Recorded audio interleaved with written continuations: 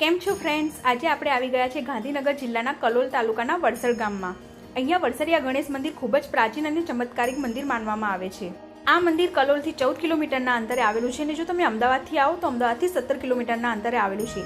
આ સામે જોઈ રહ્યા છો મંદિરમાં જવાનો મેઇન એન્ટ્રી ગેટ છે। ફ્રેન્ડ્સ, આજના વિડીયોમાં હું તમને આ મંદિરના ઇતિહાસ વિશે જણાવવાની છું અને બાલ ગણેશના દર્શન પણ કરાવવાની છું। અને પહેલાં તો તમને ધન્યવાદ કહું છું દિલથી, કેમ કે આજે મારું યુટ્યુબનું પહેલું પેમેન્ટ આવી ગયું છે, એટલે હું ગણપતિના દર્શન કરવા માટે આવી છું ને અહીંયા લાડવા ચડાવવા માટે આવી છું અને બધાની સુખ શાંતિ માટે ને સાજા માજા માટે પ્રાર્થના કરવા આવી છું। બસ આમ જ તમે પ્રેમ આપતા રહેજો અને તમારા પ્રેમ અને સપોર્ટને લીધે અને ભગવાનના આશીર્વાદથી મારું પહેલું પેમેન્ટ આવી ગયું અને હું અહીંયા સુધી પહોંચી એ બદલ ખૂબ ખૂબ ધન્યવાદ ફ્રેન્ડ્સ। પહેલાં આપણે અહીંયા કરીશું અંબે માતાના દર્શન।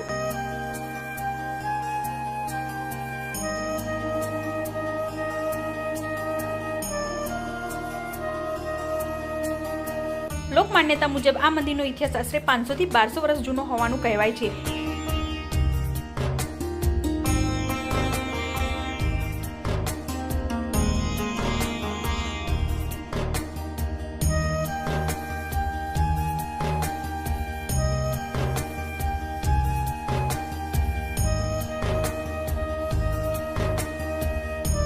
અહીંયા આપણે કરીશું ગોગા મહારાજના દર્શન। વિવિધ પરંપરાઓમાં મંદિરની પ્રાચીનતા અંગે અલગ અલગ માન્યતાઓ જોવા મળે છે।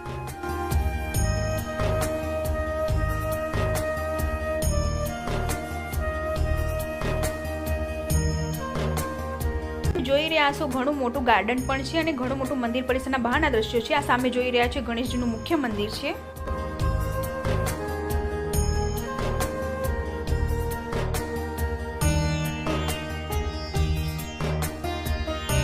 અને આ છે યજ્ઞખંડ।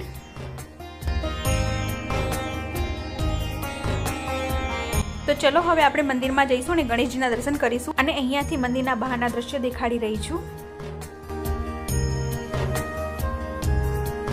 આ મંદિરની સૌથી વિશેષ વાત એ છે કે અહીં ભગવાન ગણેશજીની સ્વયંભૂ બાલ ગણેશની સ્વરૂપની મૂર્તિ છે, જેમાં મધ્યની મૂર્તિને સૂંઢ નથી, માત્ર નાક છે। તેની બાજુમાં રિદ્ધિ વિનાયક અને સિદ્ધિ વિનાયકના સ્વરૂપો સ્થાપિત છે।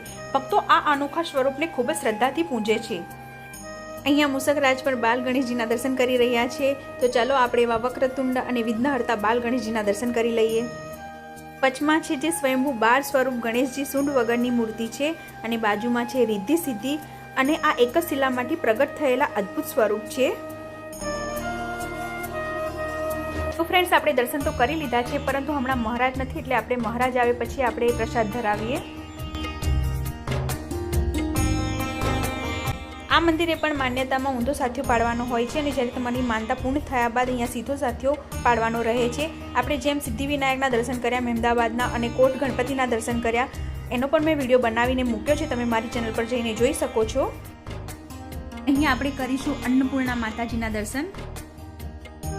દર મંગળવારે સંકષ્ટી ચતુર્થી અને ગણેશ ચતુર્થીના દિવસે હજારો શ્રદ્ધાળુઓ દર્શન કરવા માટે આવે છે। ભક્તો માને છે કે અહીં પ્રાર્થના કરવાથી મનોકામના પૂર્ણ થાય છે।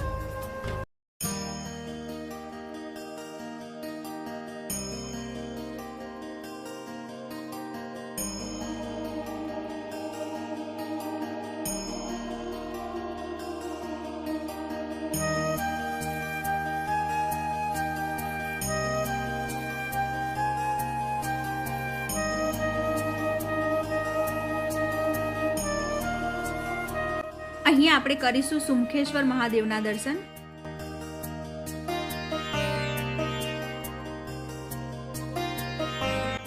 તો મહારાજ આવી ગયા છે ને આપણે મહારાજને લાડુ આપી દીધા છે, જે બાલ ગણેશને ધરાવી રહ્યા છે। બસ એટલી જ મનોકામના છે કે બધાને ખુશ રાખો, સાજા માજા રાખો અને ગણેશજી બધાની મનોકામના પૂર્ણ કરે। અને ફ્રેન્ડ્સ, તમને દિલથી ધન્યવાદ તમારા સપોર્ટના લીધે અને ગણેશજીના આશીર્વાદથી આજે મારું યુટ્યુબનું પહેલું પેમેન્ટ આવી ગયું।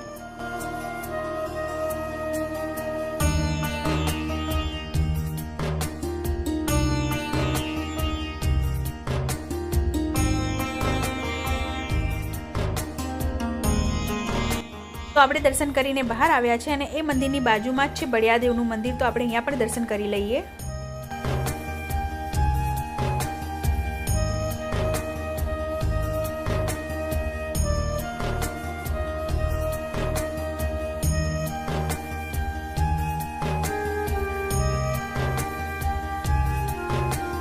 ઘણું મોટું મંદિર છે અને મંદિર પરિસરના દ્રશ્યો પણ ખૂબ સરસ છે અને અહીંયા ઘણા નાના મંદિરો પણ છે.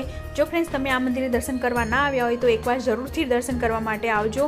અહીંયા સ્વયંભૂ બાલ ગણેશ છે જેમની સૂંઢ નથી અને આસપાસ રિદ્ધિ સિદ્ધિ છે, જે એક જ શિલામાંથી સ્વયંભૂ પ્રગટ થયેલી પ્રતિમા છે.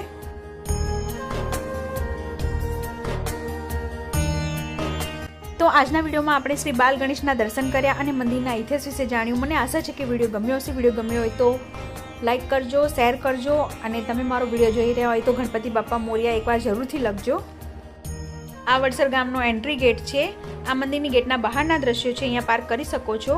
અને આ સામે જોઈ રહ્યા છો મંદિરનો મેઇન એન્ટ્રી ગેટ છે અને અહીંયા પણ એક દુકાન આવેલી છે જ્યાં તમે ગણપતિને ચડાવવા માટે લાડુ પ્રસાદ લઈ શકો છો.